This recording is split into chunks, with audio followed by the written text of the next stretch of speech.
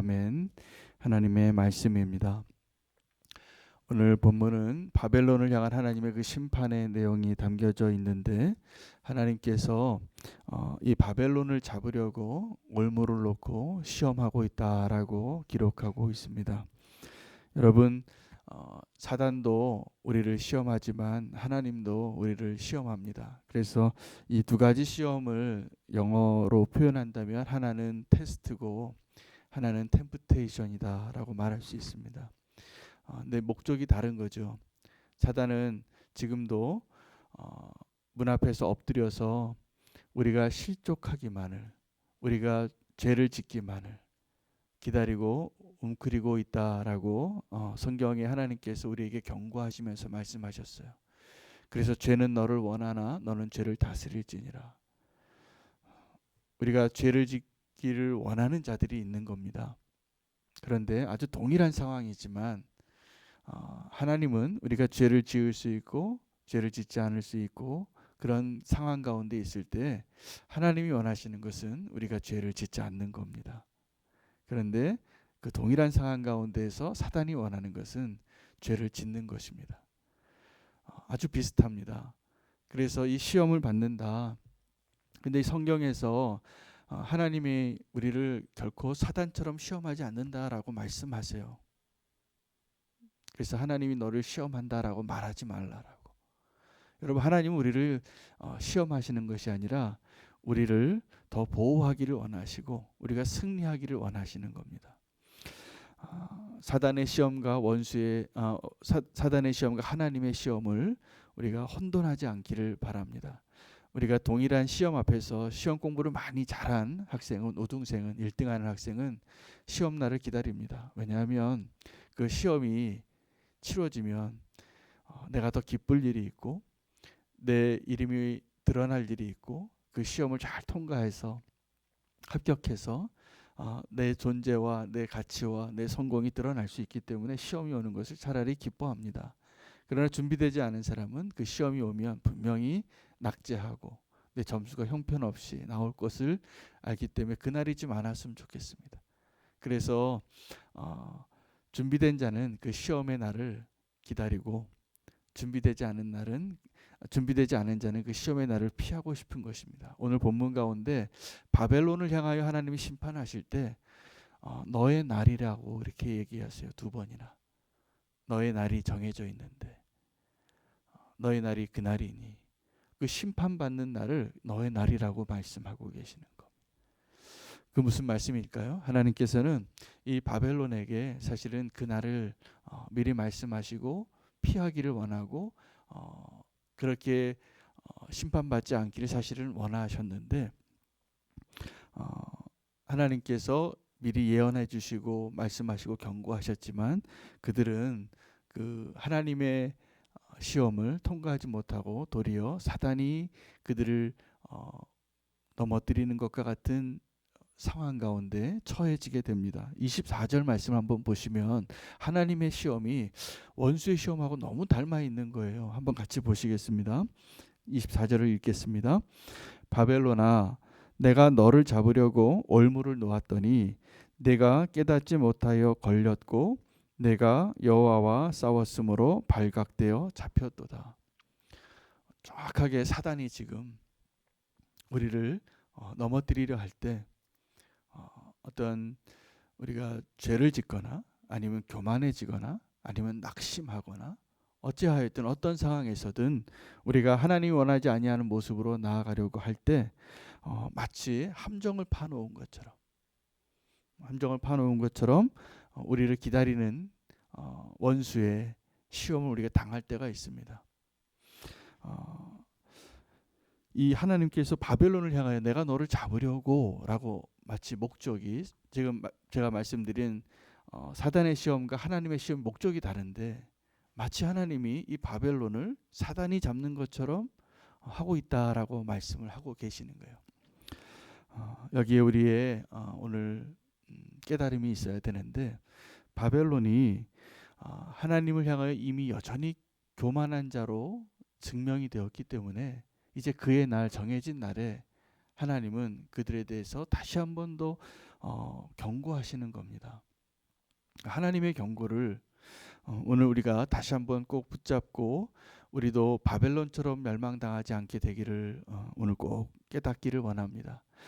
그의 모습이 너희가 깨닫지 못하여서라고 말하고 있기 때문에 그렇습니다. 너희가 깨닫지 못하여서 걸렸고 깨닫지 못하여서 하나님이 저와 여러분에게 가지 말아야 될 길을 말씀하세요. 그런데 안타깝게도 우리는 어떤 때 시험에 들고 어떤 때 넘어지냐면 이거 만지지 말라 그러는데 자꾸 만지고 싶은 거예요. 그 길 가지 말라고 하는데 그 길을 정말 또 가고 싶은 거예요. 그래서 우리가 넘어집니다. 우리 시험에 대한 그 이야기는 믿음의 사람들과 또 믿음이 연약한 사람들에게 동일하게 임하지만 결과는 천차만별, 너무나 하늘과 땅같이 달라집니다. 우리가 그래서 하나님의 시험을 만날 때 준비된 자로 시험을 당하는 자가 되게 해달라고 오늘 좀 기도했으면 좋겠습니다. 예수님께서 또 동일하게 시험을 당하셨거든요.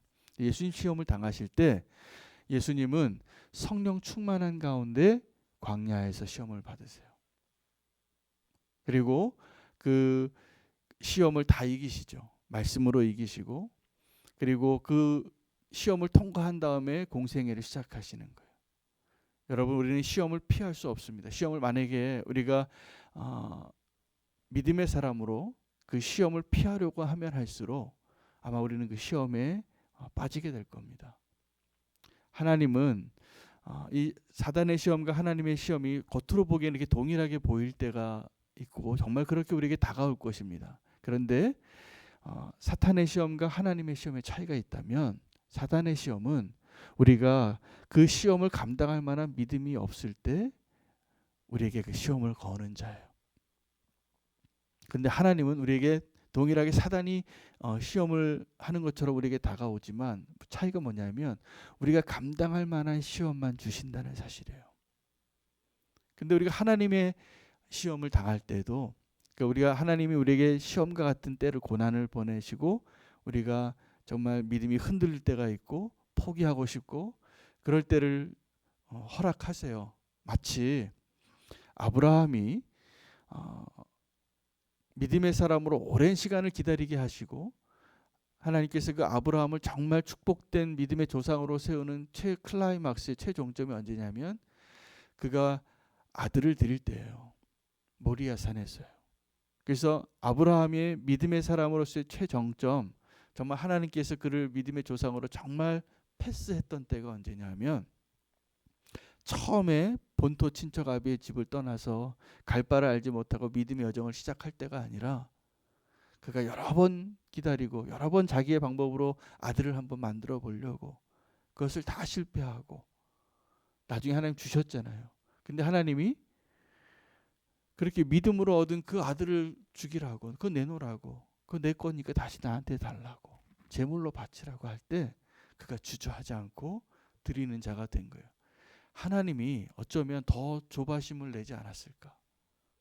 그 창세기의 내용을 보면 아브라함과 하나님과의 그 심리의 상태가 묘사되어 있어요. 도리어 아브라함은 이제 믿음의 사람이 되었기 때문에 그 시험을 치러 가는 날 그 다음날 아침에 일찍 떠나는 아브라함이 돼요. 그리고 자기의 아들 이삭 내가 가장 소중하게 여기는 그리고 하나님의 언약이 담겨있는 그 아들을 죽이라고 하시는 그 내가 이해할 수 없는 그 하나님의 명령에 조차도 기쁨으로 기꺼이 순종하는 것을 하나님이 확인하고 싶은 거였어요. 그러니까 하나님이 그것을 확인합니다. 그래서 내가 이제 알았다고. 이제 알았다고. 무슨 말입니까? 하나님이 아브라함을 테스트하신 거예요. 아브라함을.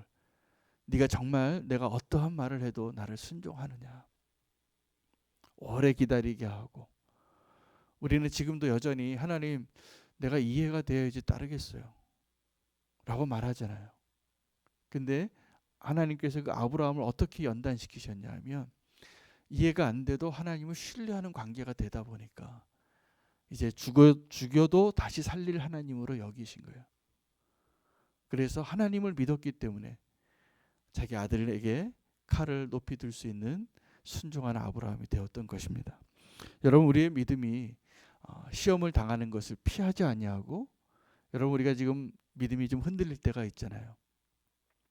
믿음이 내 첫사랑 같지 않고 지금 어렵잖아요. 오늘 이걸 아셔야 됩니다. 내가 바벨론이 아닌 거예요. 내가 바벨론이 아니고 내가 사실은 아브라함인 거예요. 그래서 하나님께서 저와 여러분에게 그 실패와 좌절과 연약함과 흔들림 속에서 이제 더 믿음이 견고해지는 대로 인도하고 계시는 것을 신뢰하십시오. 제가 보기에는 그게 보여요. 어떤 성도님이 굉장히 연약하고 흔들리고 굴곡이 많고 롤러코스터 타는 것 같이 보이지만 정말 한 걸음씩 성장해 나가시고 견고해지시는 게 보여요. 이 자리에 계신 분들이 다 그런 분들이세요, 사실은. 제가 너무나 감사해요. 그래서 지금 우리가 당하고 있는 모든 어려움과 믿음의 연약함과 좌절과 연약함들이 사실은 하나님의 은혜 안에서 우리를 지금 다루고 계시는 것이 분명합니다. 포기하지 마시기 바랍니다. 낙심하지 마시고 하나님께서 우리에게 그 시험을 주시는 이유는 사실은 우리는 믿음이 없지만 하나님이 우리를 믿으시는 거예요. 그래서 조금만 더 걸어와봐. 여기까지만 와봐. 아빠가 잡아줄게. 이렇게 종종 걸음 걷는 어린아이에게 모든 걸 다 예비하시고. 그런데요, 믿음은 우리가 발을 디뎌봐야지 걷는 거잖아요. 그래서 갓난아기가 걷고 뛰게 되는 게 얼마나 많이 넘어졌겠어요. 오늘 우리가 그런 가운데 있음을 믿고 주님이 우리에게 허락하신 모든 시험 가운데, 고난 가운데, 연단 가운데 정말 정금과 같이 되어지는 저와 여러분 되시기를 축복합니다. 하나님께서 우리에게는 그런 은혜를 주시는 것이라 믿습니다. 근데 바벨론에 대해서 얘기하실 때는 네가 깨닫지 못하였고요. 그래서 오늘 우리가 해야 될 일은 깨닫는 거예요. 깨닫는 거예요. 그리고 하나님과 싸우지 않는 거예요. 오늘 그 24절에 보면 네가 깨닫지 못하여서 걸렸고 네가 여호와와 싸웠으므로 발각되어 잡혔노라. 여러분 또 그 시험에 대해서는 아브라함의 이야기를 좀 드렸지만 하나님과 싸운 사람이 있습니다. 누구죠? 야곱입니다. 야곱이 이름을 얻어요. 이스라엘이에요. 여호와와 싸워서 이긴 자라는 거예요. 그런데 그의 모습이 정말 하나님이 말씀하신 승리의 정의가 다른 것이 여기서 나타나는 거예요. 야곱은 그날 그 야복 강가에서 승리하지 않았습니다. 철저하게 패배한 거였어요. 이 허벅지를 치고 하나님께서 이제 평생 불구자가 되고 이제 정말 쩔뚝거리는 자가 되어지는 그래서 그가 원하는 사람이 아니에요. 그는 펄펄 날아다녀야 될 사람이었어요. 뛰어다니고 근데 하나님께서 그를 꺾으시는 거죠. 그리고 하나님께서 그를 꺾으실 때도 여러분 원수는 우리가 원치 않지만 힘과 폭력으로 우리를 꺾지만 제가 보기에는 아브라함이 얻었던 그 승리의 순간처럼 야곱도 그때 승리의 순간을 얻은 게 맞습니다. 어떻게 생각하시면 되냐면 하나님 이제 나를 치셔도 돼요. 하나님 나 꺾으셔도 돼요. 내가 이거 없어도 주님만 의지하고 살 수 있어요. 야곱은 그 전까지는 한 번도 그런 패배를 해본 적이 없는 사람이잖아요. 계속 얻고 싶었고 계속 이기고 싶었고 속여서라도 갖고 싶었고 그런 사람이었는데 그날 그 자리에서 하나님 이제 내가 원하는 대로 살지 않을 수 있어요. 그걸 고백했었던 것이라고 저는 믿습니다. 그래서 하나님이 네가 이제 이겼다. 하나님과 싸워서 이겼다. 만약에 우리가 하나님과 싸워야 한다면 이 싸움을 싸워야 합니다. 근데 우리는 여전히 하나님과 씨름하고 있는 야곱이에요. 그 마지막 순간에 동이 틀 때쯤에 밤새 씨름했거든요. 밤새 씨름해서 끝까지 나는 나를 포기할 수 없다라고 그때 하나님께서 그 야곱을 그냥 강도가 뒤통수를 치는 것처럼 친 것이 아니라 하나님 날 치셔도 돼요 라고 고백했을 거라고 저는 믿어요. 그게 승리입니다. 나를 내려놓는. 그래서 하나님께서 이제 그 야곱에게 전혀 다른 축복의 길로 가게 하시는 것처럼 오늘 저와 여러분이 하나님과 좀 씨름해야 될 때는 씨름해야 됩니다. 근데 이 바벨론은 끝까지 하나님과 싸운 거예요. 여러분, 우리 안에 하나님께 내 자아가 아직도 발각되어서 아직도 내가 하나님을 거역하고 싶고 내 하나님의 음성보다는 내 음성, 하나님의 뜻보다는 내 뜻을 붙잡고 있다면 오늘 이 자리에 꼭 기도하시고 예수님처럼 결론 내리시기를 축복합니다. 우리 하나님과 씨름하는 존재예요. 특별히 내가 원치 않는 바를 행해야 할 때, 그때 우리가 믿음의 사람들은 어떤 것이냐면 내가 원치 않는 것을 내려놓는 게 빨라요. 우리가 아직 그것이 그 믿음의 시험이 그 연단이 되어지지 않은 사람은 계속 그거 가지고 씨름하는 겁니다. 아직도 그거 가지고 씨름하는 겁니다. 안타까운 것은 계속 그렇게 놓지 못하는 것은 이 바벨론이 교만하기 때문이라고 말해요. 그래서 네가 그날까지, 너의 날까지 회개하지 않고 꺾여지지 않고 버티다가 네가 이렇게 심판을 당하는 날을 맞이할 거라는 거예요. 교만한 자의 이 바벨론의 멸망 가운데 우리가 오늘 꼭 기억해야 할 하나님의 메시지가 뭐냐면 마지막 때에 쓰러진 너를 일으킬 자가 없다라는 거예요. 여러분, 하나님은 우리를 다듬기 위해서 또 교만한 자를 꺾기 위해서 이렇게 쓰러뜨리세요. 그래서 우리가 시험을 당할 때 사단에게 시험을 받든지 하나님의 테스트를 받든지 우리가 쓰러질 날이 있을 겁니다. 그런데 하나님은 어떤 분이시냐면 쓰러진 우리를 일으키시는 분이세요. 여러분, 저는 저와 여러분이 인생을 다 살아보시면서 동일하게 경험한 거 하나가 있는데 우리가 다 실패해봤던 사람이라는 거예요. 그런데 문제는 어떤 실패를 했느냐가 중요한 게 아니더라고요. 내가 어떠한 죄를 짓고 어떠한 과오가 있고 어떤 연약함이 있느냐가 문제가 아니라 그 실패한 다음에 우리가 과연 일어설 수 있는가가 문제예요. 우리가 실패한 다음에 다시 일어날 수 있는 이유는 우리를 일으켜 세워주시고 우리를 도우시는 하나님이 있기 때문입니다. 근데 교만한 자는 오늘 이 바벨론에게는 하나님께서 뭐라고 예언하시냐 하면 네가 쓰러졌지만 너를 일으켜 세워줄 자가 없다라는 거예요. 여러분, 쓰러지는 것을 두려워하지 마시고 나를 일으켜줄 자가 없는 상황이 되는 것을 두려워하시기 바랍니다. 여러분, 우리는 쓰러져도 우리가 아파도 고치시고 또 우리가 실패해도 다시 일으켜 세워주시고 믿음의 길을 가게 할 수 있는 하나님의 사랑과 은혜 안에 거하는 자들입니다. 그래서 실패해도 괜찮습니다. 제가 보기엔 정말로 다시 일어나면 됩니다.